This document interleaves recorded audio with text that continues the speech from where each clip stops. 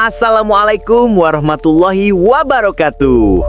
Wih, selamat pagi Kanti-Kanti dan Sobat Drone Siginjai semuanya. Hari ini, Senin ceria, tanggal 20 Oktober 2025, sekitar pukul 7:15 pagi, kita udah siap buat terbang lagi. Yeay! Bersama saya, Supatmin, yang siap nemenin kamu ngedrone santai, tapi tetap informatif. Pastinya cuma di channel Drone Siginjai. Nah, kali ini kita bakal terbang di Simpang Kopi, Jambi Selatan, Kota Jambi. Tempat yang rame, unik, dan pastinya punya banyak spot menarik buat dijelajahi dari udara. Jadi, siap-siap ya, jangan lupa cemilan sama kopi kamu. Karena di video ini bakal ada informasi penting dan juga tanda panah arah biar kamu nggak nyasar pas lihat peta udara. Oke, kalau gitu langsung aja kita gas terbang. Let's go! Drone Siginjai terbang tinggi, bawa suasana pagi yang happy. Terbang bersama Drone Siginjai.